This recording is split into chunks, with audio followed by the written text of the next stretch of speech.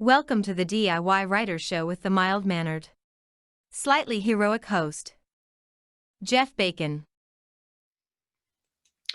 This is Jeff Bacon with the DIY Writer Podcast. Today, we have a special author, and I'll tell you why she's special in just a minute. Her name is Bethany Hoeflich. Bethany, how are you doing today? Doing great. How are you, Jeff? Pretty good. The first thing I want you to explain is what your personal support pet is there. Oh, it's my emotional support reptile. It's Trixie. He's Trixie. a 3-year-old corn snake. A corn snake. That's awesome. Yeah, he's my baby. Cool. So he just kind of hangs out with you? Yeah, he likes to burrow in my hair, so I've got to be careful with that because there's a lot of hair and there's a lot of snake. Awesome. That just sounds like a dream come true. He's so snuggly and everything, huh? Yeah, he's my baby. Wow. Somebody's going, oh my God, I can't believe it. Yeah, snakes are great. You know, they're quieter than dogs and they're less maintenance than cats. But I have 3 cats too. So, yeah. So the cats ever mess with the snake? We keep them separate for Trix's snake safety because the cats are very fascinated with him. Yeah. Back on the farm, we used to have a lot of cats, or, a good amount of cats. And they would play with the gardener snakes when they'd find them. Mm-hmm. And like, yeah, well. It's funny because I've seen the cucumber challenge online where the cats are afraid of the snakes, but everything I've seen shows that the cats want to eat the snakes or are just very curious about them. So. When you started to say cucumber challenge, I started to wonder where you're going to go with that, but PG-13. PG-13, yes. I'm drinking my soda pop. It's barley flavored. Oh, yum. Yeah. Actually, it's an ale. It's a Scotch ale, so that's kind of nice. What brand do you drink? This one is not something I can name on your PG-13 podcast. It starts with dirty and the next part's not very nice. So fun. Yeah, well, anyway, to kind of start things off, you have been the organizer of an anthology. Yes, I'm really excited about this. It's Indie Fantasy Addict's very first anthology, and it's been an honor to be able to put it together. We have an amazing lineup of authors with some incredible stories. I can't wait for people to read them because they literally have sucked my soul out of my body at times. Yeah, it's just an experience everybody should have. I agree, incidentally, but I have a copy right here. It just came in the mail, hot off the press. Holy cow. Yeah, this is a small book. It's a deadly weapon in the wrong hands, which is only fitting for a villain anthology, right? You want something you can bludgeon someone to death with. Right. But there's 21 stories in here by 22 different authors, because we do have one pair that co-write. And I'm telling you, you don't want to miss this. Right now it's free globally for ebook, and then the paperback is also available on Amazon. And seriously, I mean, it makes a lovely doorstop, a great bookend. If somebody makes you angry, you can just chuck it across the room. Self-defense weapon, or yeah, it's a hefty book, and I can't wait for people to read it because it's fantastic. And that's not just to toot my own horn here. Yeah, if I notice, I have a copy of this too. It's kind of cool. Yay. Picked one up today. I thought it was funny. Amazon told me it'd be delivered today, and it said before 10 p.m. And it's like, yeah, it's going to happen after the podcast. And it actually showed up early, but I got a notification earlier that it was not going to show up till the 27th. Oh no. Yeah. Wow, mine set out by 9, and I was literally stalking my doorstep. I figured my my neighbors were going to think that I was some sort of weirdo, which if they don't know by now, then that's on them. But it was just me peeling back the curtains like, is that the Amazon truck guy? Is he here? Is that my book? And so it finally came. Well, I think it's kind of cool that Amazon now has their own trucks. Mm-hmm. It just something that kind of popped up. I saw somebody standing on the stoop of my steps taking a picture. Oh, no. Yeah, it was just really weird. And I'm like, who is that? And it's the Amazon guy. It's the Amazon guy. And like 30 seconds later, I get an email saying your package has been delivered, and there's a picture of it on my step. It's like, Yep. that's kind of cool. Yeah, UPS doesn't do that. I think they actually, line it up and they punt it from the driveway. Hits the door. Well, it's 2020. Anything to bring some joy into your work, right? Absolutely. No, but with Amazon, pretty soon they'll just be letting themselves into the house and installing that brand new coffee maker you bought and brewing a fresh pot before you even wake up, because that's quality service. Yeah, I don't think they're going to do that here. We don't do that here. I love computers and stuff, and they're just fine. But yeah, we'll stick with the old-fashioned coffee pot. Not going to do that. We have an Alexa in our house, and that's screwy enough. Yeah, that's enough of a wiretap for you. Yeah, it's enough of a wiretap. What's really funny is I have a 3-year-old daughter, and she's looking through I think it might be a Target ad, it might be a Costco ad. I don't know what it is, but anyway, it's the big toy edition of whatever store sent it. Oh, I saw that too. There's a whole section for Frozen. Mm-hmm. And we're sitting there at the dinner table, and all of a sudden she's like, Alexa, I want the Frozen Elsa doll. Get it for me now. Oh, no. And Alexa starts responding to her. It's like, oh, crap. She's starting to learn how to use Alexa. Oh, shnikes. And she just kept on going. So finally we taught her, if you're going to talk to Alexa, tell her to add it to your Christmas list. And we made a Christmas list. And what's really funny is I went grocery shopping the other day, and there's a whole bunch of Frozen stuff on the grocery shopping list. And so she just starts adding them to whatever list. So if we say, hey, Alexa, put a block of cheese on the grocery list, and then all of a sudden it's followed up by, hey, Alexa, I want the water horse from Frozen on the grocery list. And it's like, oh, shoot. Me too, kid. Me too. Yeah, we all want that one. Mm-hmm. Seems pretty legit. Now, my kids got the Target Christmas list too, and I have 3 children, and the whole thing now is like color coded, and somehow they broke it down in order of importance. Like, okay, this is my number 1, this is my number 2. If you don't get this for me, then we're gonna hate you forever. It's like, okay. Be prepared to get socks. That would be my answer. You always have to get socks for Christmas. I mean, that's tradition. If Absolutely. There's not a present that you hate, then it's not even Christmas. Yeah, I've never done this, but I so want to get like a full body bunny, pajamas. I mean, like the Christmas Story. Yeah, and give those to somebody. That would be beautiful. I have a nephew that hates the Bears just because I like them. Mm-hmm. And so every year, for a while, I would give him a Bears jersey or some sort of Bears shirt. And he'd unwrap it and he'd just throw it. He just hated it, But it was just kind of funny. And then when we had our last child, all of a sudden I get a package back and it's all the Bears shirts that I ever sent him, and they gave them back. That's funny. Kind of, but oh well. Yeah, my husband is a Washington the Team fan, and I'm a Broncos fan, and the kids are split down the middle. I've got 2 Broncos fans, which will be in my will and testament, and then I've got 1 the Team fan, which he's dead to me now. Who's dead to you now? Is that what they call it now? I haven't paid attention to anything as far as the NFL this year. They haven't settled on an official mascot, so now it's just the team. The Team. Yes, and my husband even bought the Team shirts. Really? Yep, because he couldn't wait for the new mascot. But my mother-in-law is a big Eagles fan, so she ends up buying a bunch of Eagles stuff because she's trying to corrupt my children, which you'd think, being in Pennsylvania, I'd be an Eagles fan, but I'm not. So. See, it really should be, they should name it like the Washington Losers and have like Dumb and Dumber for their mascots.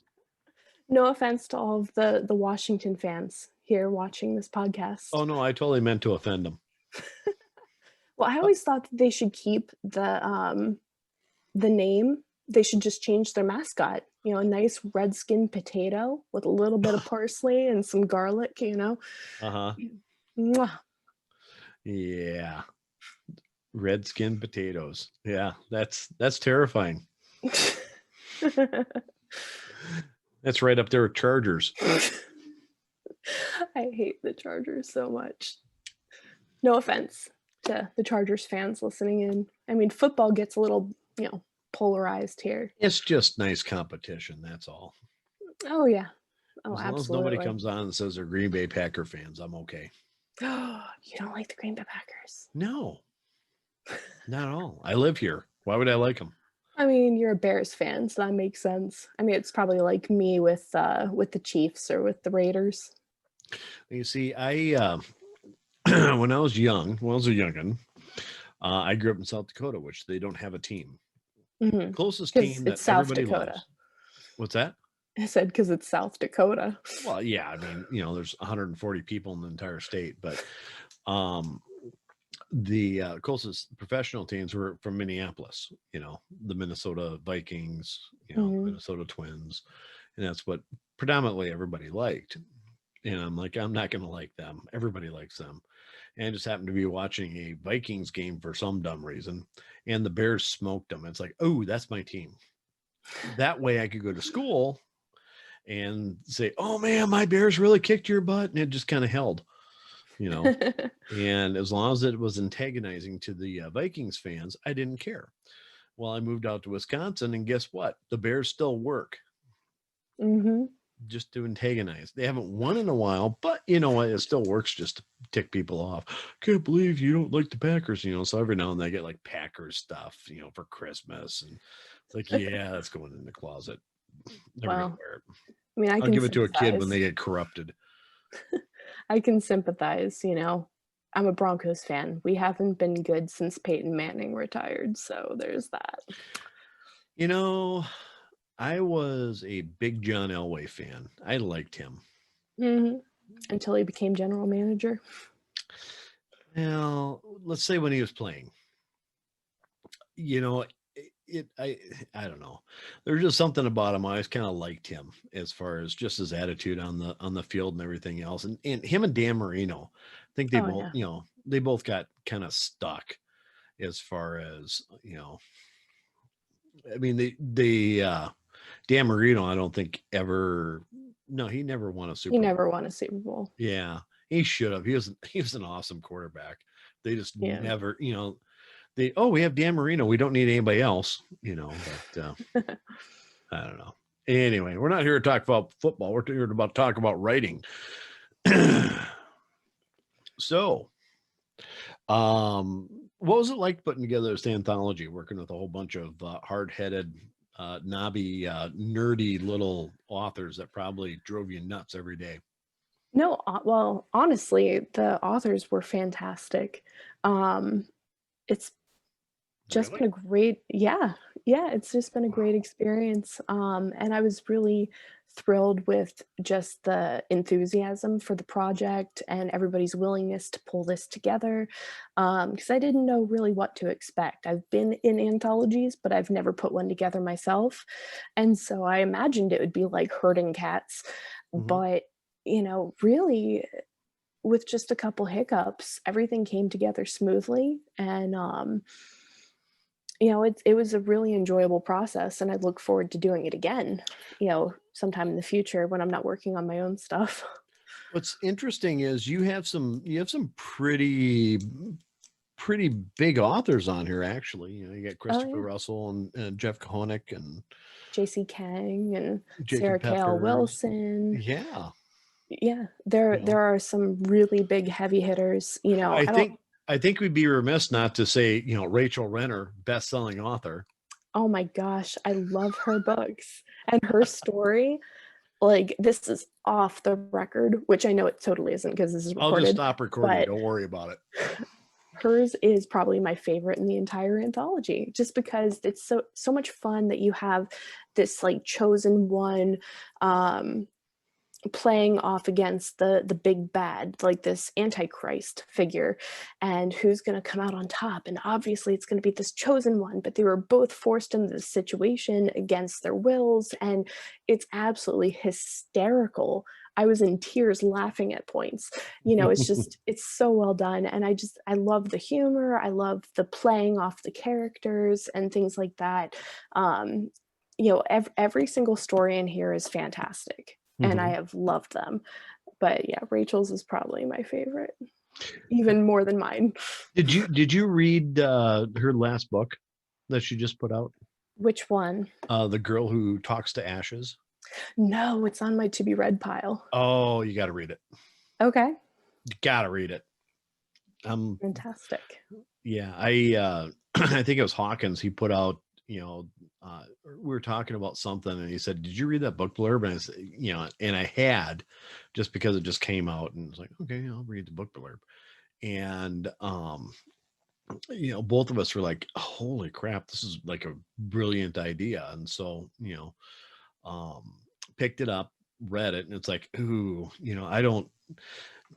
I review books I like. I had to give that one a review. It was like, geez, you try. I have to put my reviews in kind of make them succinct. Otherwise, I'll give the whole damn story away. And then she, and no. You want them to read the book. You don't want them to read your review. Exactly. But Hawkins, he's another one. I love the way he writes. I love the way he writes. I want to be DW Hawkins when I grow up. Well, and his story gave me the chills, because you have this very cerebral villain who believes that they're 100% in the right, and no matter what they do, it's the right thing to do. I mean, they could commit horrible atrocities, but it's good. Right. And it makes you want to vomit in the best way possible. And so, I mean, DW is a mastermind with pulling those kind of stories together with he doesn't pull punches with feelings, and, he doesn't care if you're sensitive. It is what it is. He's not going to sugarcoat things. He puts it right out for you to just stare at in horror. Like, that was another really great story. I mean, I could go through and just list everything I love about every single one, but then we'd be here until like 2 a.m. and then I'd want to murder you because I like to sleep. So there's that. Let's go with the non-murder option.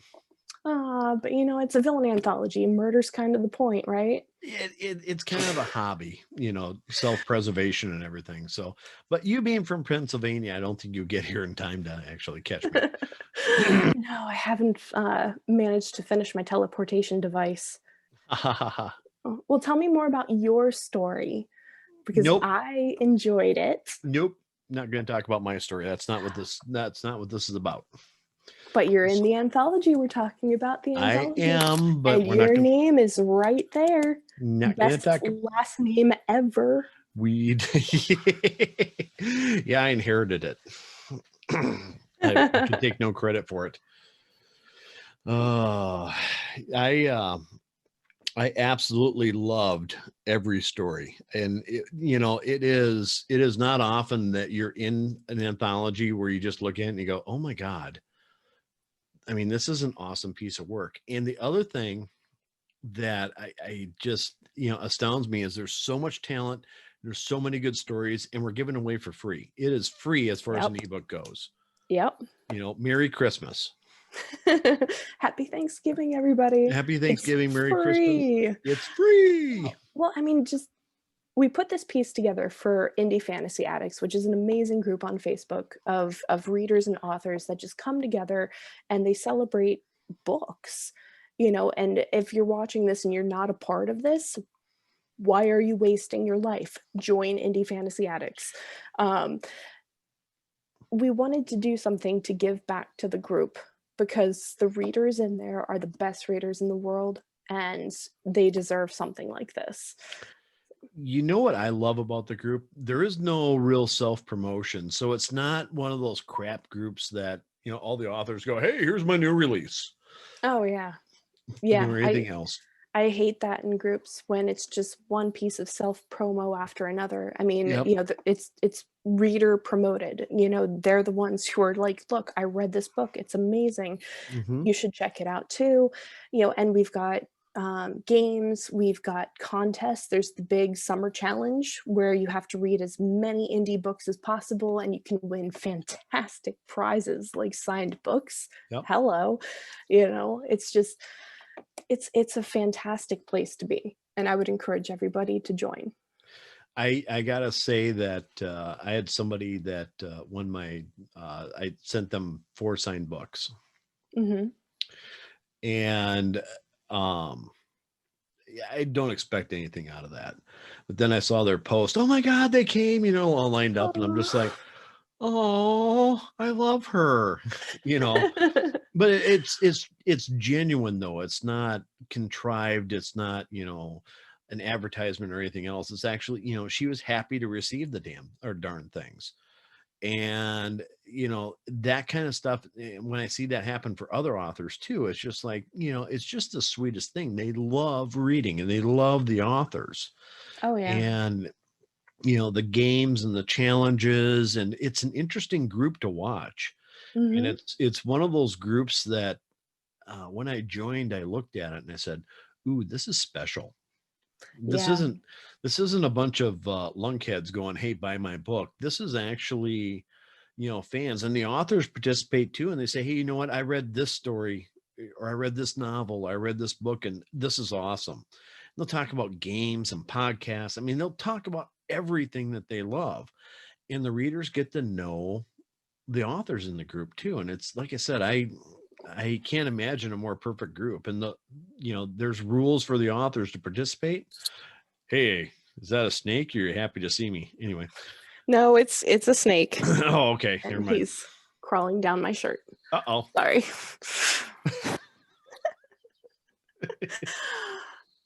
I think it's time for you to go in your container there. Ruh-roh. So sorry about that. Yeah, no problem. I completely agree. I remember when I first joined, it was just, a book over the head, just being slapped in the face because it was so different from other places, which are just constant, self promo, or it's like the same author over and over and over again. But Mhm. here, the tastes are varied. There's something for everybody, as long as it's indie. There's no publicist in there or anything like that. It's just authors and readers, and Mhm. it is just truly just fans of fiction. So I do I think most of the authors in there are probably epic fantasy writers. There's a few others in there, but for the most part, it's any fantasy. They even let me in. They must have been gotten lax in their standards there. They absolutely did. That day, they're like, holy crap, all right, we need one more guy, and we'll let him in. I think Angel Hayes looked at my book and said, is that science fiction? I'm like, no, it's fantasy. It's dark fantasy. You look like science fiction to me. I don't know. You're kind of shady. We're going to put you over here on probation. But Yeah, it's but all right. science fiction is like the redheaded stepchild of fantasy, so it all fits. Is it Everybody's because home. science fiction people would say we're the redheaded stepchild of science fiction? It's one of those awkward topics at the Thanksgiving dinner table. Is it? Science fiction, fantasy. Yeah, we're all lumped into the same genre at some point in time. But Exactly. do you need to put your snake away? Which is fine. He's kind of tangled in my hair now, so I'm just gonna let him do what he wants to do, and I'll put him away later. All right, cool beans. Cool Yeah, beans. he's just probably holding me hostage until I give him a mouse, and then I'll go to bed. Oh, wonderful. Can we watch that? No, just kidding. It is actually pretty cool. Yeah, I'll have PETA all over this in the morning. Oh my God, look what you did. Why aren't you feeding him tofu? Yeah, tofu mice. That'd be awesome. So, besides this anthology, what else you got going on? I know you have a series called Dreg. Yeah, it's the Dreg Trilogy, and that's been out now. I published book 3 back in November of last year, and then 2020 just kind of hit me over the face, and I've been busy juggling family. Both my husband and I work from home, and then the 3 kids have been schooling from home. And so it's Mhm. really divided my attention. But in 2021, I'm really excited. I have 3 definite releases, including The Reluctant Familiar's Guide to Keeping Your Witch Alive. That one's Ooh. been a long time coming, but that's an urban fantasy told from the perspective of a very reluctant and very grumpy familiar. Like, imagine if Ryan Reynolds and Grumpy Cat had a baby. That's the main character. So, Huh. that one's coming out on October 29th of 2021 because Okay. it's National Cat Day, and it's right before Thanksgiving, and the book takes place, over Halloween in Salem, Massachusetts. So, I mean, it was kind of a Oh. no-brainer. Hmm. And then I have a, um, like, it's a cozy mystery novella that's set in the same universe, but with a hedgehog protagonist. And Hedgehog. Okay. yeah, and then the third one's a bit of a surprise. I'm gonna keep that one under wraps, but that one should be coming out early summer. I wanna say, as long as, nothing insane happens, like a giant asteroid hurtling toward Earth. So, Or a pandemic. Or well, we already have one of those. I mean, the writers need to be more creative with their 2020 crisis here. yeah, it's getting old. I'm waiting for the big finale though. We'll see what happens. I mean, yeah, we already had the murder hornets, we had the aliens. I kind of have squinty eyes toward Yosemite right now and Yellowstone. You know, some super volcanoes out there. Just, if we're going for a finale, at least for 2020, I'd rather be let down. We don't want anything big and flashy. We already got that. So, So if Yosemite goes off, you're okay. You're in Pennsylvania. it depends on the ash cloud. Yeah. So, Yeah, you'll be okay. You guys have factories out there and stuff. You're used to it. it's actually pretty beautiful here in Pennsylvania. I'm It right is. across the river from Harrisburg. Like, if I drive to the top of my street, I can look straight out and look at the Capitol. So Ooh. it's a really great area. There's great people, great food, beautiful scenery, lots Hmm. of national parks that we can go visit within driving distance. I heard rumors that you have the best Philly cheesesteak in the state. I wouldn't say mine's the best Philly cheesesteak, Okay. but mine's the best cheesesteak. It is. Okay. Yes. So the Yes. gauntlet is laid down. So anybody listening to this from that area, Bethany will kick your butt. Pretty much, but I'd rather feed you. So, just socially distanced, Socially distanced feeding. The Yes. one thing that is kind of interesting is, right about the time it seems that I'm hungry on the weekends, you start posting all the shit that you make in your house. It's like, oh my God, I want to go to Bethany's house. You wouldn't be the first one. I've had several people ask me to adopt them, which Yeah. I'd be okay with that if I had a bigger house, but apparently once this pandemic is over, I'll be hosting a bunch of dinner parties. So, Yes, I think you will. Yes. I mean, I like to cook, you guys like to eat, why not? That's excellent. The only thing that I looked at was one night you had like vegetarian night, and I'm like, oh my God, no. Where's the meat? Well, I was a vegetarian for 9 years, and so, Well, I'm sorry. Have you recovered? I do eat meat now, Okay. although I'm, trying not to eat as much just Oh. because, I'm in my 30s now and, Oh probably yeah, not good for me. yeah, you really need to start watching things being all the way in your 30s now. That's really It's rough. 2020. I'm not taking my chances. There is some merit to that comment. Yes. But yeah, I've implemented a Sunday fun day, which is like a buffet for my kids because they're so picky and they all like different things. So I'm like, okay, you know what? We're doing chili this day. And so I'm making 2 different kinds of chili and here's all the toppings. Have at it. Yep. Customize it as how you want. Same thing Yep. with I saw that snap on or that picture on Facebook, and I'm like, yeah. I want a fun day. And the bonus is I have food prepped for the rest of the week. So it's like it's more work on Sunday, but it's less work than moving forward. So I mean, it's been a win-win. So the question I have for you is, how have you been dealing with 2020 as far as writing and trying to get shit done? I mean, it's been just for some people, it's been a great year. Oh yeah, people Most of are them are usually single and not have no married kids. and they have no kids. Yeah. Jinx.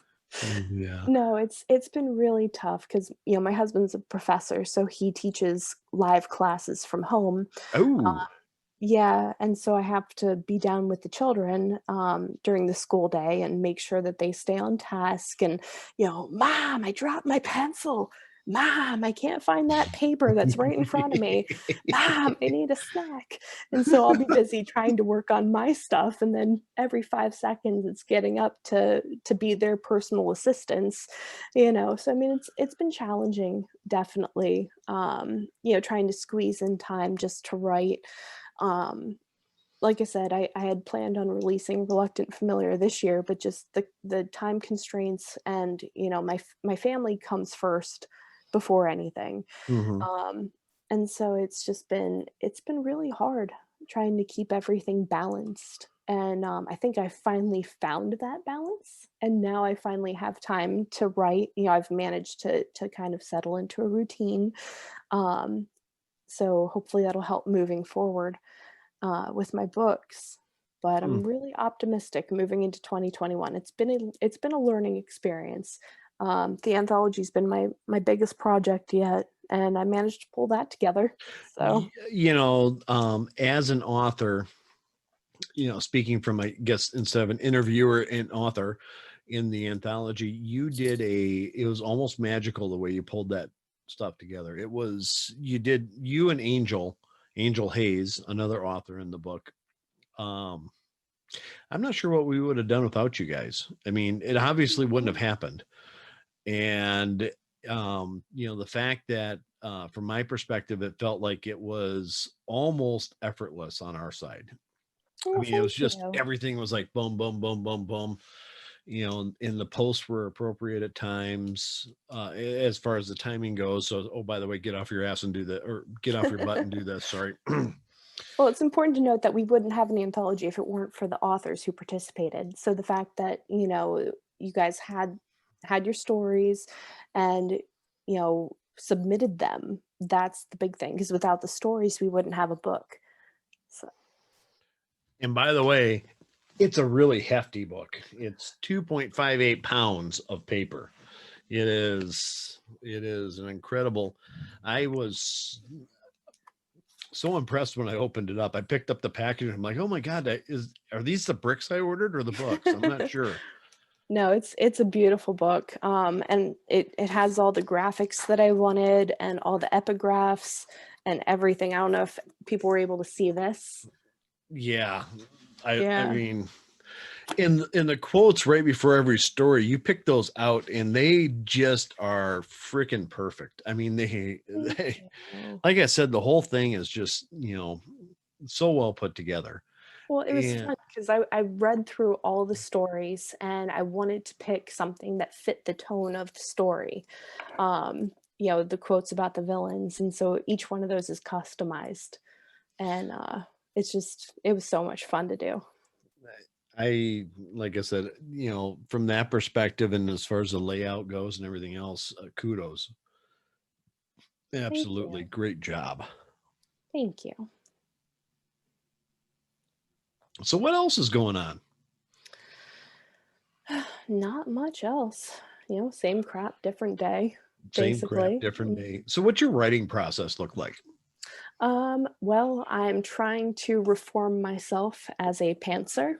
Oh, oh Yes, no, I not a pantser. I was a pantser. I pantsed through the first book of Dreg, and it took 4 different drafts and 9 months to complete the full thing. And then I was able to somewhat plot the last 2 books in the trilogy to pull everything together. And I think the quality of the books really reflect that. And so moving forward, I decided I'm not going to pants anymore. I'm going to plot. Well, I'm not a very good plotter. So it's like trying to force a round peg through a square hole, Mhm. basically. But I'm learning, and I'm trying to figure out what works best for me moving forward. So right now, it's mostly making sure that my planning is solid ahead of time, so I know where things need to happen in the story. I know the characters, I know the setting, and so then it's just a matter of pulling it all together cohesively. um, and we'll see what happens, because this project, which is super secret and hasn't been announced yet, Shh. um, it's going to be my experiment with this new method. And if it works, then I'm going to use it going forward. I find that I personally am a pantser plotter pantser. Kind of like how it used to be, with the personality tests. Used to be, I'm an A type or a B type, or whatever. Now it's NJTF or whatever it is. Hmm. There's like 4 or 5 different letters to it now, depending on what system you're looking for. And I've decided that I'm a pantser plotter pantser. So I pants my plotting, and then my plotting turns into my outline, and my outline turns into something that is followed for the first 3 chapters, and I pants the rest of it, and I throw my outline away. And it really Nice. has worked out not well. I could imagine not. There's something coming out of your shirt, ma'am. It's, Got something right about here. Excuse me, ma'am. reptiles are cold-blooded. I can't blame them. Well, this has kind of gone from PG-13 to something else there, Bethany. Yeah, it's more awkward for you than me, I think. I'm used to it. It's okay, but I'm blushing. I don't know why. It's not my It's space. probably the beer, It's the get beer. the Irish cheeks. Irish cheeks. There's a funny story behind that. No, just kidding. Anyway. Wouldn't surprise me if there were. So in 2020, did you find it hard to write? And I'm desperately looking for answers why. When I had time to write, no. It was mostly just the carving out of the time to be able to write.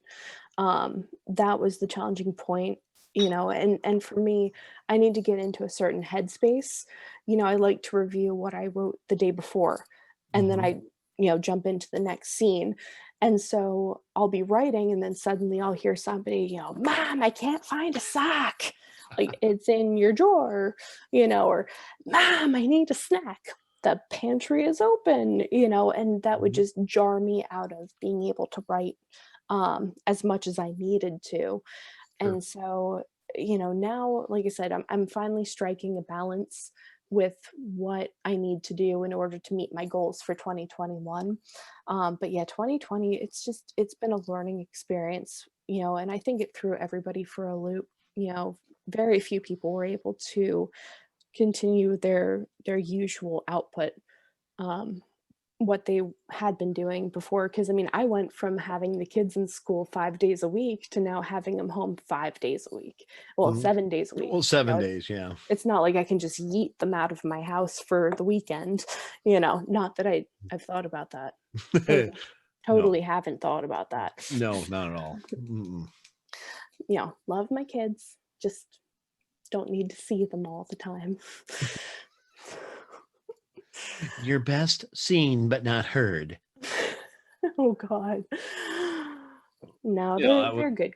that was part of my upbringing was, I'd hear that every now and then as I was screaming down the hallway, or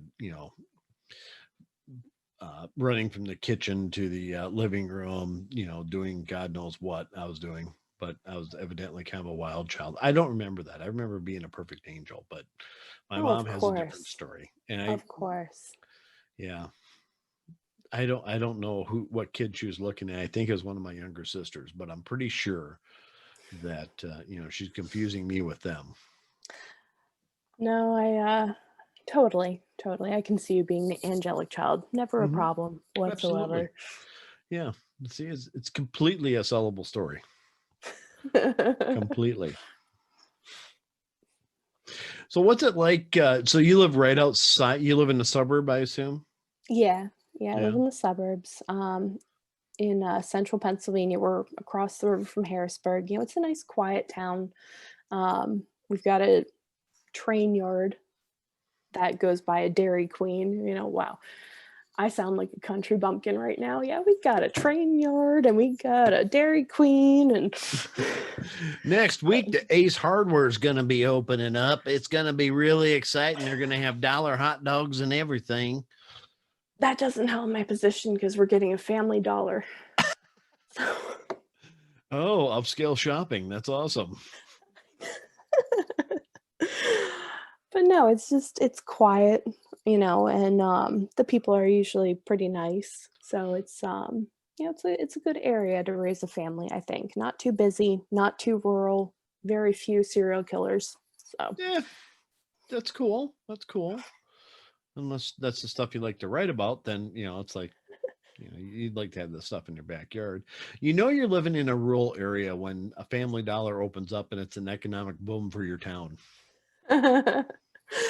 You get the mayor and everybody out there cutting the ribbons. It's like, with this, we're going to add 12 jobs, 12 good jobs.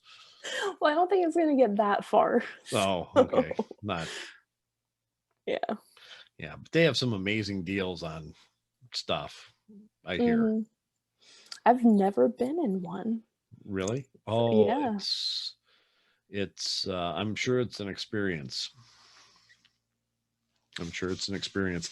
I think they're actually upscale from Walmart because you don't have all the people that wear these scantily clad, people running around those little scooters. Oh yes. I love the fact that your shirt's popping up. I'm like, oh my God, what's happening? Is it her wings? No, it's her corn snake. Like a scene from Alien. So. Oh. Sorry. I wouldn't be embarrassed at all. It's okay to have a fetish about snakes. Is that PG-13? Sorry. It's not a fetish. He's my emotional support corn Emotional snake. support. So yes. He just doesn't have boundaries. I mean, he's a snake. He goes where he wants to go. Evidently, yeah. That's cool. Hey, stop that. There you go. It's funny because when I used to work in the horrible corporate world, it wasn't that horrible of a corporate place. It was just a horrible corporate place. But we were, it was a time where people are bringing support animals to into the offices and clinics and stuff like that. It was healthcare.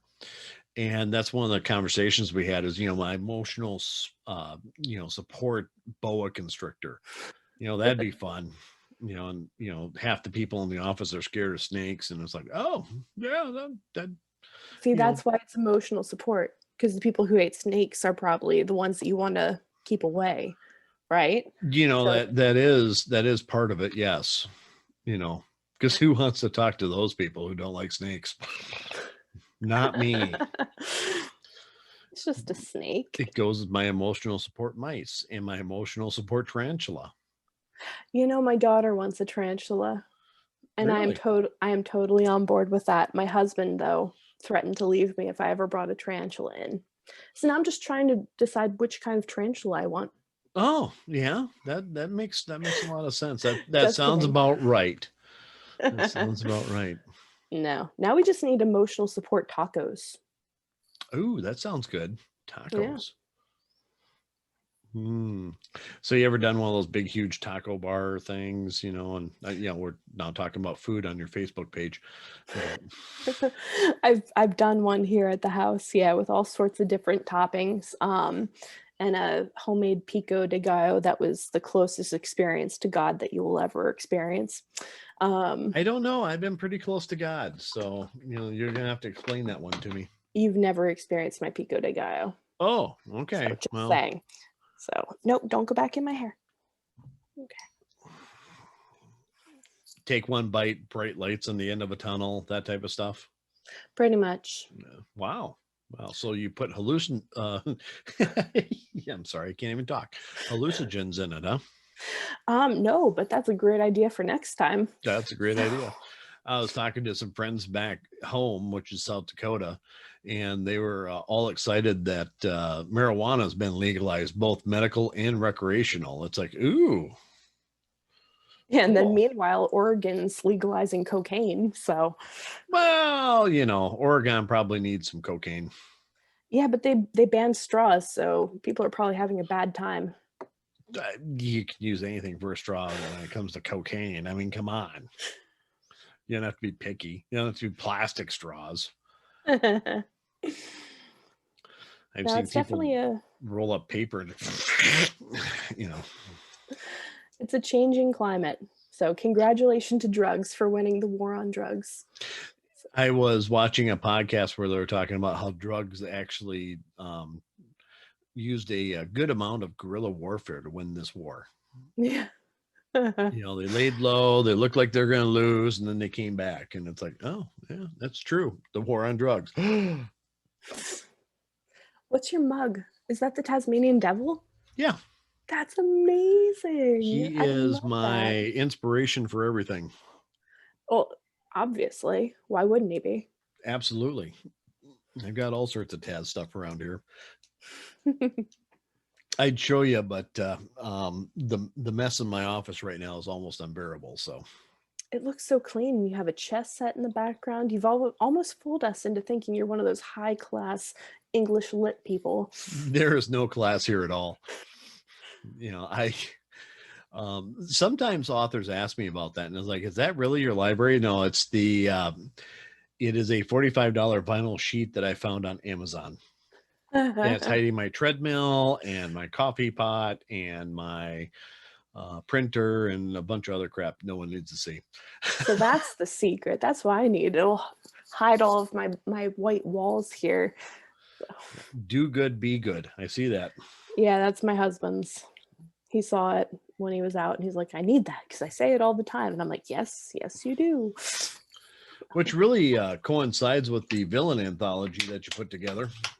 Yeah. Do bad, be bad. The one thing that I loved about that anthology was that, and I think not everybody, but most of it, it truly is, I thought I was going to be the good guy and I turned out being the bad guy just because I wiped out an entire village or, seem to want to destroy the world now because it sucks or, whatever. Yeah. And writing that anthology from the villain's perspective was interesting. Yeah. Well, I was really inspired by the quote by George R.R. Martin, which is in the book. Mm-hmm. And it says, nobody is a villain in their own story. We're all the heroes in our own stories. And that really got me thinking about mine, which it's entitled The Sea Witch. And it's basically an Ursula retelling because, I mean, Mm-hmm. why not? The Little Mermaid was one of my favorite movies growing up. And, just what would her story look like from her perspective, because she is the hero in her own story. We all see her as the villain, Mm-hmm. but why? What made her that way? And so it was really fun to kind of dig into that and really let my imagination wander, beyond what I usually would have. Because I mean, we're writers. We typically deal with heroes, but here we have to dive into the minds of the villain. So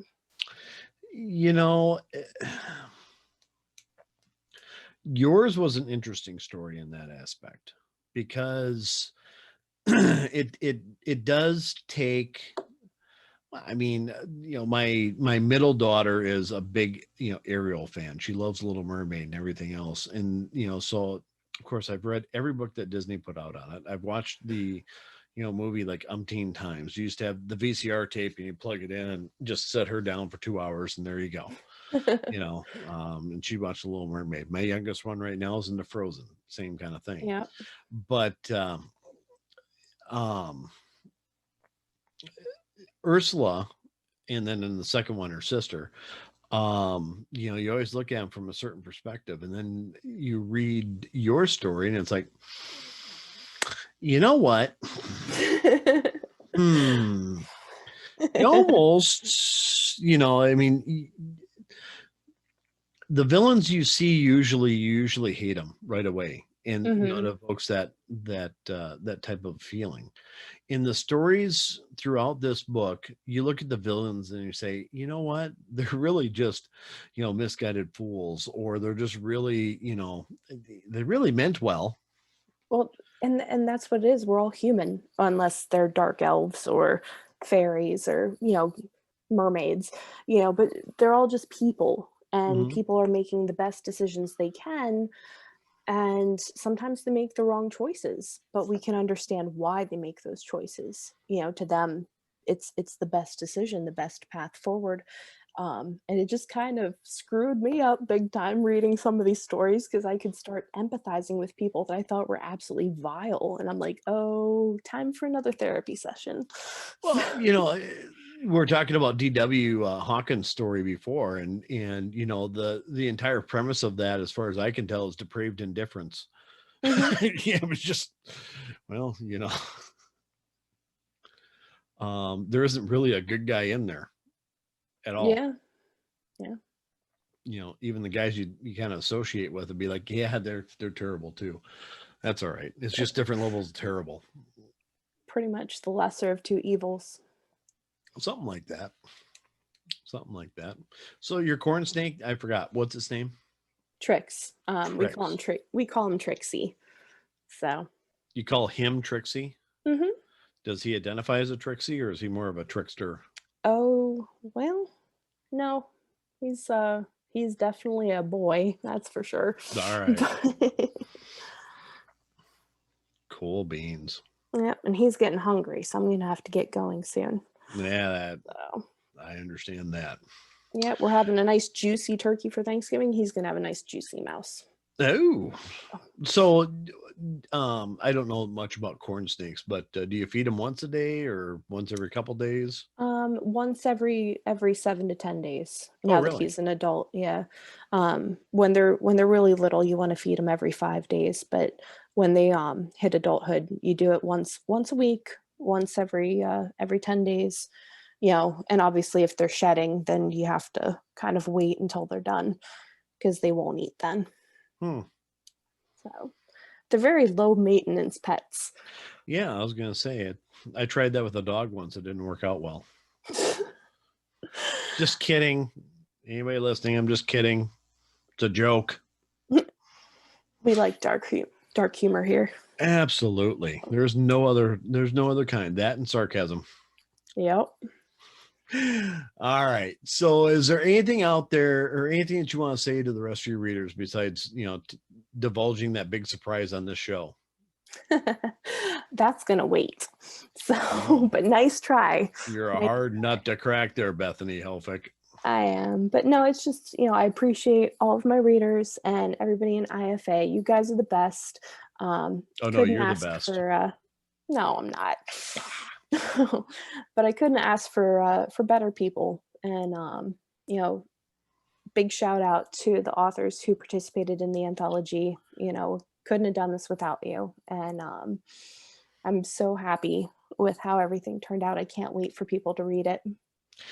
And that's the one thing I'd say about this group of authors, and especially in IFA, the authors that weren't in the anthology. Every one of them are just good people. I mean, they just are.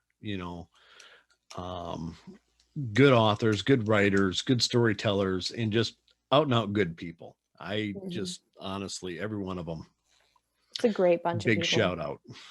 And who knows, maybe we'll put together a few more anthologies. You never know. Got a bunch of genres that we gotta work through, a bunch of themes. So we could always do a fantasy romance. There's, fantasy, whatever. There's a bunch out there. So fantasy what? Like epic fantasy. What was that R word you used?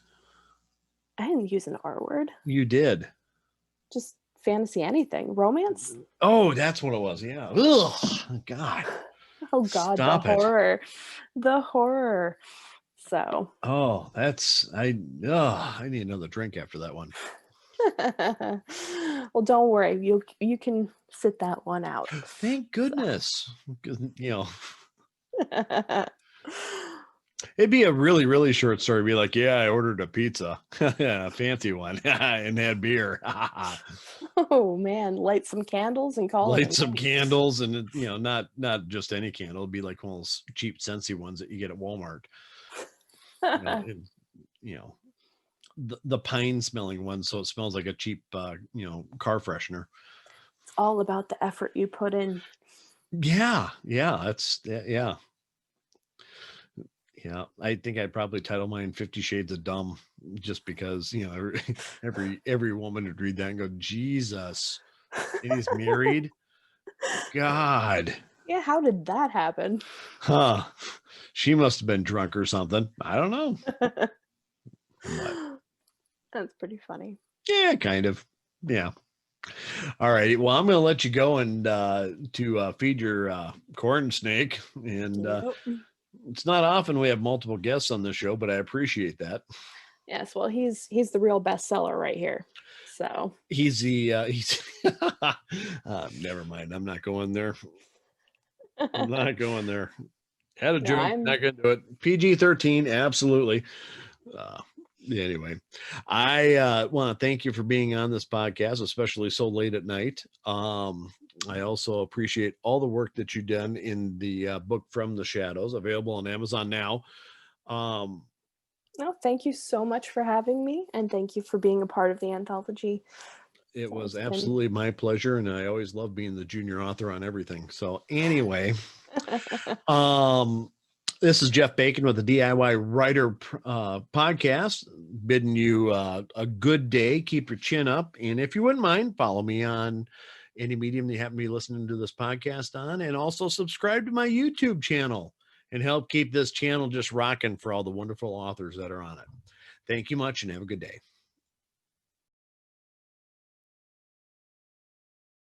Please hit the subscribe button. I get a bonus for every subscriber, and I only need 1,506 more to become a full-time paid employee. Help me, please.